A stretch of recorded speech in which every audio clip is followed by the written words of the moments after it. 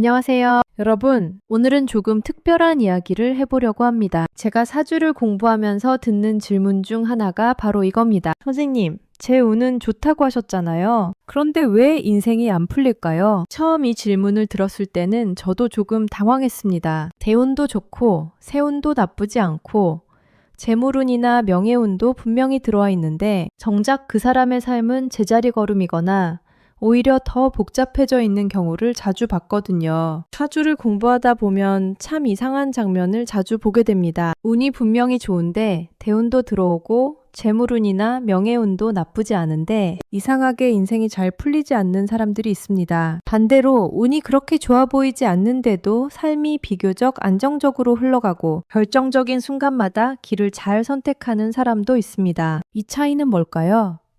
많은 분들이 이 차이를 두고 운이 아직 덜 왔다, 때를 못 만났다, 노력이 부족했다 라고 말합니다. 본인을 탓하기도 하고 세상을 원망하기도 합니다. 하지만 명리적으로 보면 이 문제는 단순히 운의 강약 문제가 아닙니다. 운이 약해서도 아니고 노력이 부족해서도 아닙니다. 오늘 이야기할 주제는 바로 이것입니다. 왜 운이 좋아도 인생이 안 풀리는 사람이 반복해서 생기는가? 그리고 그 사람들에게는 어떤 공통된 구조가 있는가? 먼저 분명히 말씀드리고 싶은 건 이 이야기는 누군가를 평가하거나 비난하기 위한 것이 절대 아닙니다. 오히려 지금 답답함을 느끼고 있는 분들에게 어디서부터 다시 잡아야 하는지를 알려드리기 위한 이야기입니다. 사주를 공부하면서 이런 패턴을 많이 봤습니다. 그리고 그 패턴에는 분명한 구조가 있었습니다. 오늘 이 영상을 끝까지 보시면 여러분은 두 가지를 얻어가실 수 있을 겁니다. 첫째, 내가 왜 지금까지 운을 제대로 못 썼는지 이해하게 될 것입니다. 둘째,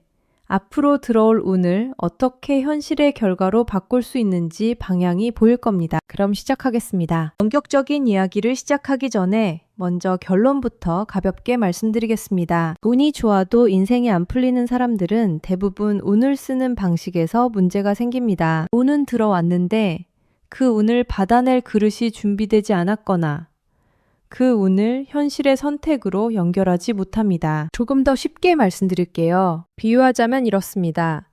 복권에 당첨됐는데 그 돈을 어떻게 써야 할지 몰라서 결국 다 날려버리는 것과 비슷합니다. 돈 자체는 분명히 들어왔어요. 그런데 그 돈을 관리할 계획도 없고 쓸 곳도 정해지지 않았고 주변 사람들에게 다 나눠주다가 끝나버리는 거죠. 운도 마찬가지입니다. 운이 들어온다는 건 기회가 생긴다는 뜻입니다. 하지만 그 기회를 어떻게 잡고 어떻게 활용하고 어떻게 내 삶의 구조로 만드느냐는 완전히 다른 문제입니다. 이제부터 그 이유를 하나씩 차분하게 풀어보겠습니다. 먼저 가장 중요한 질문부터 시작하겠습니다. 운이란 도대체 무엇일까요? 많은 분들이 운을 마법처럼 생각합니다. 운이 좋아지면 갑자기 인생이 180도 바뀌고 모든 게 술술 풀릴 거라고 기대하죠. 마치 영화처럼요. 하지만 사주에서 말하는 운은 그런 게 아닙니다. 운은 마법처럼 인생을 바꿔주는 힘이 아닙니다. 운은 환경이고 기회이고 움직일 수 있는 조건입니다. 조금 더 명확하게 말씀드리면 운은 가능성이지 결과가 아닙니다. 예를 들어 볼게요. 대운이 들어오면 어떤 일이 벌어질까요?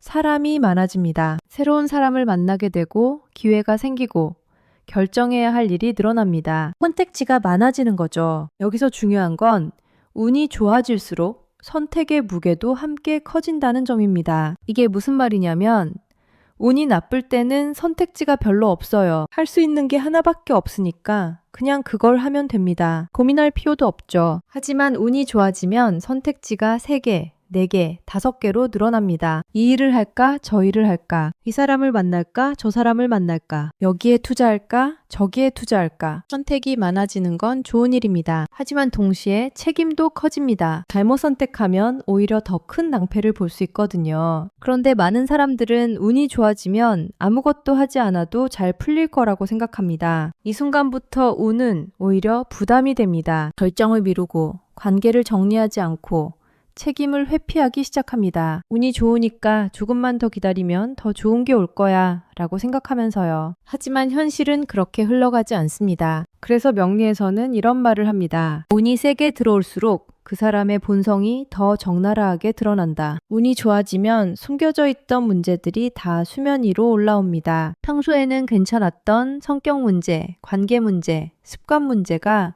운이 좋아지는 순간 전부 터져 나오는 거죠. 그래서 어떤 사람은 운이 좋아질수록 오히려 더 힘들어합니다. 운이 문제를 해결해 주지 않습니다. 운은 문제를 드러낼 뿐입니다. 이게 운의 본질입니다. 운은 당신을 구해주지 않습니다. 운은 당신에게 기회를 주고 그 기회 앞에서 당신이 어떤 사람인지를 보여줄 뿐입니다. 그래서 같은 운이 들어와도 어떤 사람은 그 운을 타고 올라가고 어떤 사람은 그 운에 깔려버립니다. 이제부터 그 차이를 만드는 5가지 공통점을 하나씩 살펴보겠습니다. 운이 좋은데도 인생이 안 풀리는 사람들에게서 가장 자주 보이는 특징은 결정을 미루는 습관입니다. 이런 분들을 정말 많이 만납니다. 선생님, 제가 이 일을 해야 할까요? 저 일을 해야 할까요? 이 사람이랑 계속 만나야 할까요? 아니면 헤어져야 할까요? 이 투자가 맞을까요? 조금 더 기다려야 할까요? 처음에는 신중한 사람이구나 생각합니다. 하지만 몇 달 뒤에 다시 오셔서 똑같은 질문을 하십니다. 그리고 또 몇 달 뒤에도 똑같은 질문을 합니다. 이분들의 공통점이 뭐냐면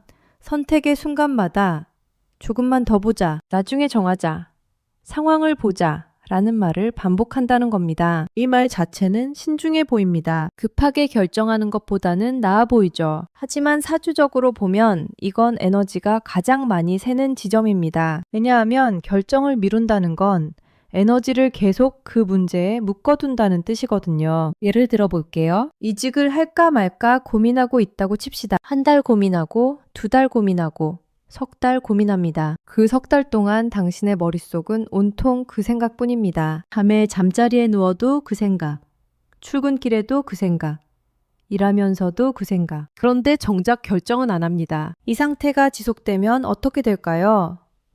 지금 하고 있는 일도 제대로 못하게 됩니다. 마음은 이미 떠나 있는데 몸은 여기 있으니까요. 그렇다고 새로운 일을 준비하는 것도 아닙니다. 결정을 안 했으니까요. 결국 석 달이 지나도 아무것도 달라진 게 없습니다. 아니, 오히려 에너지만 다 소진된 상태가 됩니다. 이게 결정 회피의 무서운 점입니다. 특히 대운이나 세운이 강한 시기에는 결정을 미룰수록 기회는 다른 사람에게 넘어갑니다. 운은 기다려주지 않습니다. 운은 움직이는 사람에게만 반응합니다. 제가 가장 안타까울 때가 언제냐면 1년 전에 이 일을 하세요 라고 말씀드렸는데 1년 뒤에 다시 오셔서 아직도 고민 중입니다 라고 하실 때입니다. 그 1년 동안 그 일은 이미 다른 사람이 해서 성공했습니다. 그 타이밍은 이미 지나갔어요. 하지만 그분은 여전히 그 자리에서 고민만 하고 계십니다. 그래서 이런 사람들은 항상 이렇게 말합니다. 운이 있었던 것 같은데 막상 손에 쥔 건 없다. 손에 쥐지 못한 이유는 간단합니다. 잡지 않았기 때문입니다. 운은 저절로 손에 들어오지 않습니다. 당신이 손을 뻗어야 합니다. 그리고 그 손을 뻗는 행위가 바로 결정입니다. 결정이 두려운 건 당연합니다. 잘못될 수도 있으니까요. 하지만 결정하지 않으면 절대 잘 될 수가 없습니다. 명리학에서는 이런 말이 있습니다. 운은 선택을 기다리지 않는다. 선택이 운을 부른다. 당신이 결정하는 순간 운이 움직이기 시작합니다. 결정하지 않으면 운도 멈춰 있습니다. 이게 첫 번째 공통점입니다. 운이 좋은데 인생이 안 풀리는 사람의 두 번째 공통점은 사람 관계가 지나치게 복잡하다는 점입니다. 사주적으로 보면 비겁이 강하거나 상관이 강한 사주에서 자주 나타나는 구조입니다. 비겁은 쉽게 말해 형제, 친구, 동료를 의미합니다. 상관은 표현 욕구, 감정 표출을 의미하고요. 이 두 가지가 강하면 어떤 일이 벌어질까요? 사람은 많아집니다. 친구도 많고 아는 사람도 많고 연락하는 사람도 많습니다. 겉으로 보면 인맥이 좋아 보입니다. 하지만 자세히 들여다보면 정작 믿고 갈 사람은 없습니다. 이런 분들은 이런 이야기를 자주 합니다. 저는 친구가 많은데 정작 힘들 때 연락할 사람은 없어요. 사람은 많이 만나는데 깊은 관계는 하나도 없어요. 다들 저한테 연락하는데 저는 그 사람들이 부담스러워요. 이런 상태에서는 운이 들어와도 에너지가 분산됩니다. 예를 들어 볼게요. 당신에게 좋은 기회가 왔습니다. 사업 제안이 들어왔어요. 투자 기회도 생겼고요. 배운도 좋습니다. 그런데 이 순간 주변 사람들이 다 끼어듭니다. 친구 A는 나도 끼워줘 라고 합니다. 친구 B는 그거 위험한 거 아니야? 나는 반대야. 라고 합니다. 친구 C는 나한테 돈 좀 빌려줄 수 있어? 라고 합니다. 가족까지 끼어들면 더 복잡해집니다. 그거 하지 마라. 이거 먼저 해라. 나 먼저 도와줘라. 결국 당신의 에너지는 정작 그 기회에 집중하는 게 아니라 주변 사람들을 설득하고 달래고 거절하는 데 다 쓰입니다. 그러다 타이밍을 놓칩니다. 이게 관계가 정리되지 않은 사주의 전형적인 패턴입니다. 돈도, 시간도, 감정도 모두 관계에서 소모됩니다. 그리고 결국 인생의 중요한 시기에 자기 인생을 끌고 가야 할 힘이 남아있지 않게 됩니다. 제가 가장 많이 하는 말 중 하나가 이겁니다. 관계를 정리하세요. 하지만 대부분 이렇게 반응합니다. 그 사람이 나쁜 사람은 아닌데요. 정을 끊기가 어려워요. 나중에 필요할 수도 있잖아요. 맞습니다. 나쁜 사람은 아닐 수 있어요. 하지만 지금 당신에게 도움이 되지 않는 사람입니다. 오히려 에너지를 빼앗아가는 사람입니다. 영리학에서는 이런 말이 있습니다. 운이 들어올 때는 사람을 줄여야 한다. 운이 좋을 때일수록 선택과 집중이 필요합니다. 모든 사람을 다 끌고 갈 수 없어요. 관계를 정리한다는 건 냉정해지라는 게 아닙니다. 우선순위를 정하라는 겁니다. 지금 내 인생에서 정말 중요한 사람이 누구인지,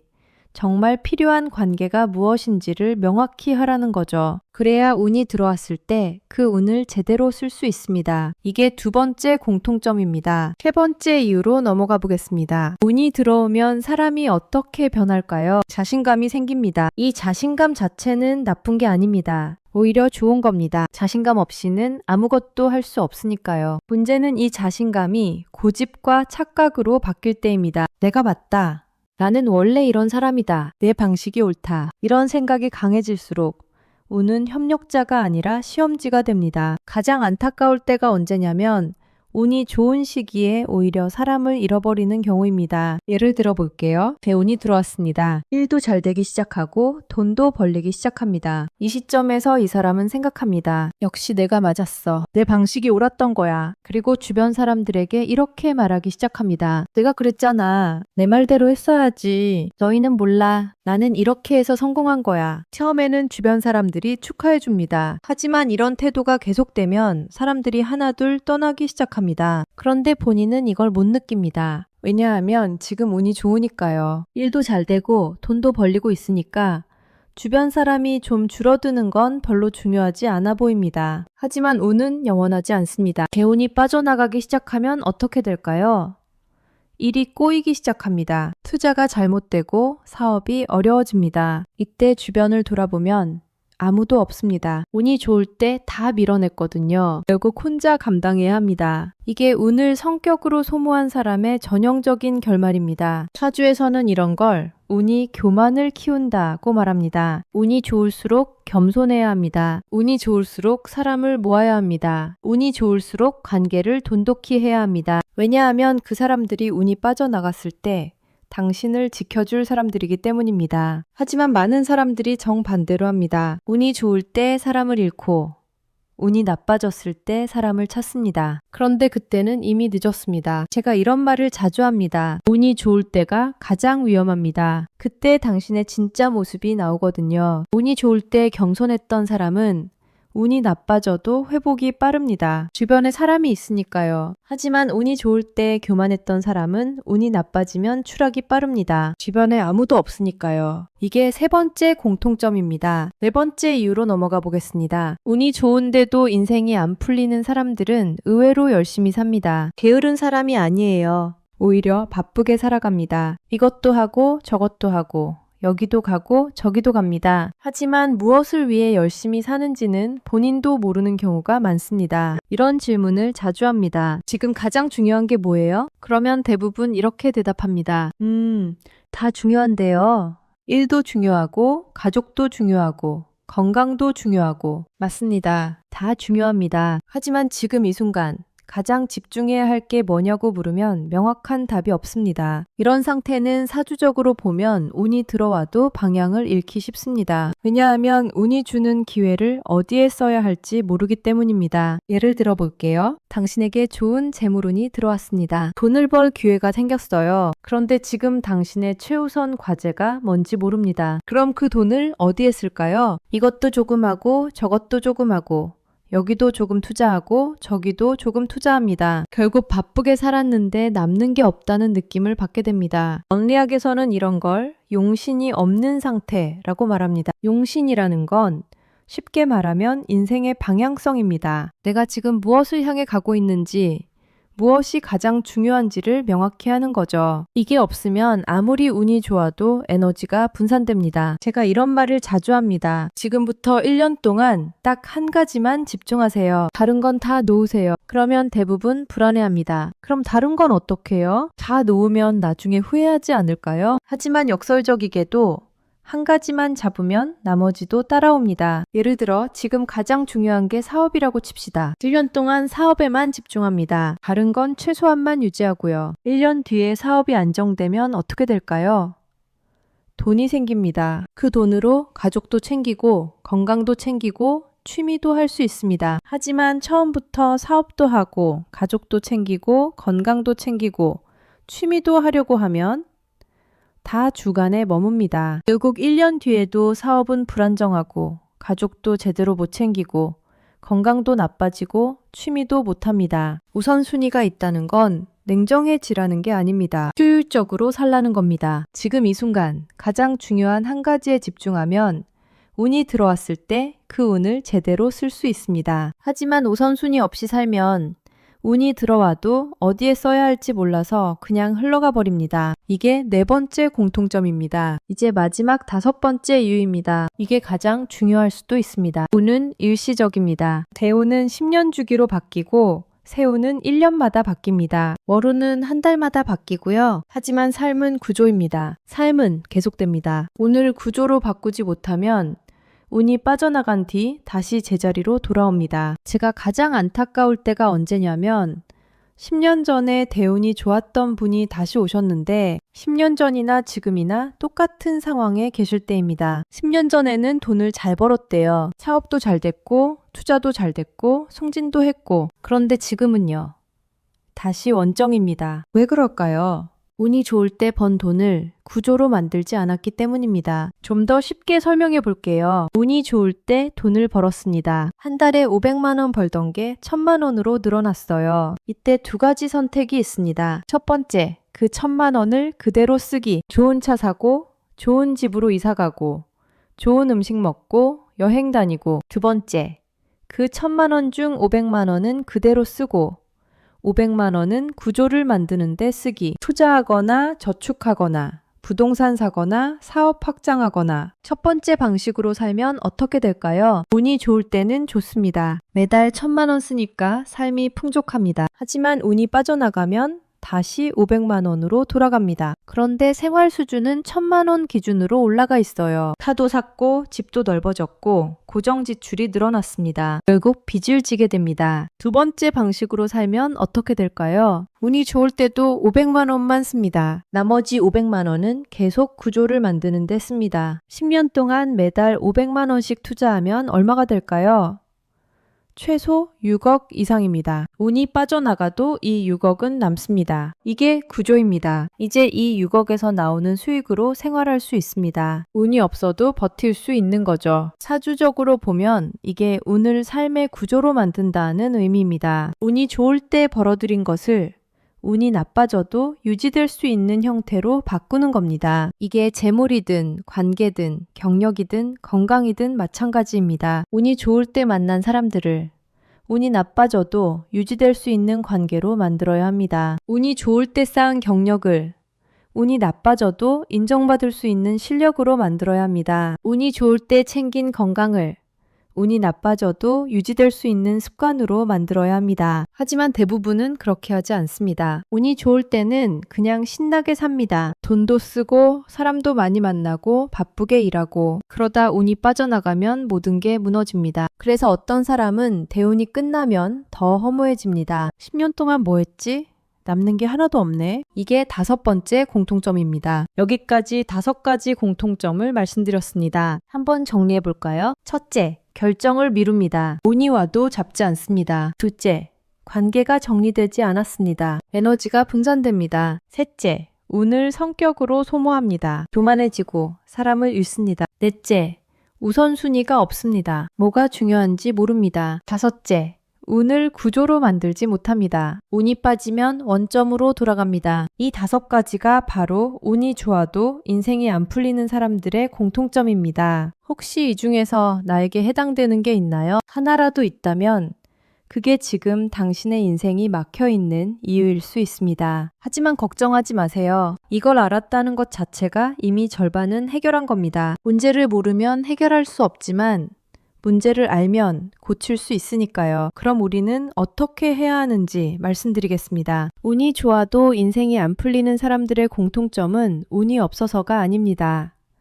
운을 삶의 선택으로 연결하지 못했기 때문입니다. 운은 기회입니다. 이제 이야기를 정리하면서 기회는 그 자체로 결과가 되지 않습니다. 기회를 선택으로 바꿔야 합니다. 선택을 행동으로 바꿔야 합니다. 행동을 결과로 바꿔야 합니다. 이 과정이 빠지면 아무리 좋은 운이 와도 손에 쥐는 건 없습니다. 제가 사주를 공부하면서 깨달은 가장 중요한 진리가 있습니다. 사주는 운을 맞추기 위한 도구가 아니라 선택의 기준을 세우기 위한 지도입니다. 많은 분들이 사주를 볼 때 이런 질문을 하십니다. 제 운은 언제 좋아요? 돈 벌 수 있는 시기가 언제예요? 성공할 수 있을까요? 물론 이런 질문에 답을 드립니다. 대운을 보고, 세운을 보고, 재물운을 보고 시기를 말씀드립니다. 하지만 정말 중요한 건 그 다음입니다. 그래서 그 시기에 당신은 무엇을 할 건가요? 운이 왔을 때 당신은 어떤 선택을 할 건가요? 그 선택을 하기 위해 지금 무엇을 준비하고 있나요? 이 질문에 답할 수 있는 사람은 많지 않습니다. 운은 준비된 사람에게만 의미가 있습니다. 준비되지 않은 사람에게 운이 오면 그건 기회가 아니라 혼란입니다. 그래서 제가 가장 많이 하는 말이 이겁니다. 운을 기다리지 마세요. 맞이할 준비를 하세요. 운이 좋아질 때까지 기다리는 게 아니라 운이 왔을 때 바로 잡을 수 있도록 지금부터 준비하는 겁니다. 관계를 정리하고 우선순위를 정하고 결정하는 연습을 하고 구조를 만들고 겸손함을 유지하는 거죠. 이런 준비가 되어 있으면 운이 왔을 때 놓치지 않습니다. 반대로 준비가 안 되어 있으면 아무리 좋은 운이 와도 그냥 지나갑니다. 그럼 구체적으로 어떻게 해야 할까요? 지금 당장 실천할 수 있는 방법을 말씀드리겠습니다. 첫째, 미루고 있는 결정 하나를 오늘 하세요. 지금 당장 답이 안 나와도 괜찮습니다. 완벽한 선택이 아니어도 됩니다. 결정하세요. 이직할까 말까 고민 중이라면 오늘 결정하세요. 투자할까 말까 고민 중이라면 오늘 결정하세요. 관계를 정리할까 말까 고민 중이라면 오늘 결정하세요. 결정하는 순간 에너지가 움직이기 시작합니다. 둘째, 관계를 하나 정리하세요. 지금 당신의 에너지를 빼앗아가는 사람이 누군가요? 만날 때마다 피곤한 사람이 누군가요?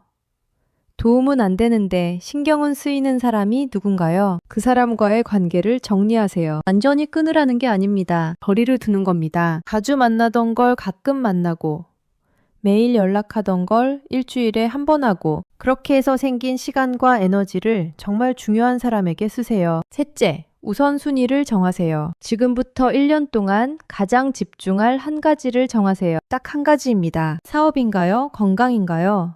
가족인가요? 공부인가요? 정했으면 그것만 하세요. 다른 건 최소한만 유지하고요. 1년 뒤에 그 한 가지가 안정되면 다른 것들도 자연스럽게 따라옵니다. 넷째, 겸손해지세요. 지금 운이 좋다면 더 겸손해지세요. 주변 사람들에게 감사하세요. 도와준 사람들을 기억하세요. 운이 좋을 때 만든 관계가 운이 나빠졌을 때 당신을 지켜줍니다. 다섯째, 구조를 만드세요. 운이 좋을 때 번 돈의 일부는 반드시 저축하거나 투자하세요. 전부 쓰지 마세요. 운이 좋을 때 만난 사람들을 꾸준히 관리하세요. 운이 나빠져도 할 수 있는 관계로 만드세요. 운이 좋을 때 배운 것들을 체계화하세요. 운이 나빠져도 쓸 수 있는 실력으로 만드세요. 이 5가지만 실천해도 당신의 인생은 확실히 달라집니다. 영상 끝까지 시청해주셔서 감사합니다. 이 영상을 보시면서 유독 마음에 걸린 부분이 있었다면 그건 단순한 공감이 아닐 수 있습니다. 이미 인생에서 같은 패턴이 반복되고 있다는 신호일 수도 있습니다. 운은 좋다는데 왜 인생이 안 풀릴까? 이런 답답함을 느끼고 계신가요? 댓글로 여러분의 이야기를 들려주세요. 지금 어떤 고민을 하고 계신가요? 결정을 미루고 계신가요? 어떤 관계가 당신의 에너지를 빼앗아가고 있나요? 무엇이 가장 우선순위인지 모르겠나요?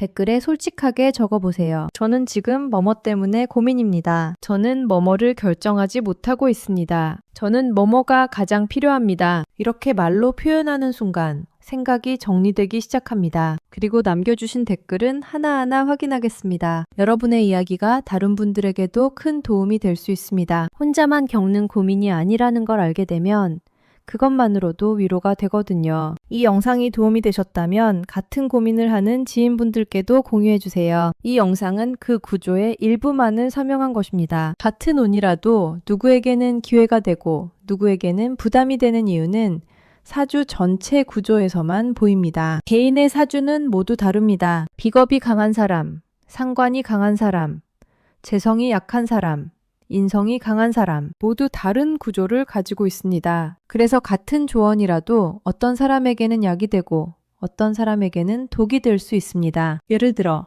관계를 정리하세요 라는 조언이 비겁이 강한 사람에게는 필수지만 직업이 약한 사람에게는 오히려 더 외로워질 수 있습니다. 결정하세요 라는 조언이 상관이 강한 사람에게는 좋지만 인성이 강한 사람에게는 신중함을 잃게 만들 수 있습니다. 이런 개인별 차이를 정확히 알고 싶으시다면 개별 10빌 상담을 추천드립니다. 운을 바꾸는 게 아니라 선택의 기준을 정리하는 데 도움이 될 겁니다. 오늘 이야기가 조금이라도 도움이 되셨기를 바랍니다. 운이 좋아도 인생이 안 풀렸던 이유 이제 조금은 이해되시나요? 운은 기회일 뿐입니다. 그 기회를 잡는 건 당신의 선택입니다. 지금부터라도 늦지 않았습니다. 결정하고 정리하고 우선순위를 정하고 겸손해지고 구조를 만드세요. 그러면 다음에 운이 왔을 때 절대 놓치지 않을 겁니다. 댓글로 여러분의 고민과 소원을 나눠주세요. 그리고 구독과 좋아요, 알림 설정까지 함께 부탁드립니다. 여러분의 구독과 좋아요 하나하나가 더 좋은 콘텐츠를 만드는 큰 힘이 됩니다. 오늘도 복 짓는 좋은 하루 되세요.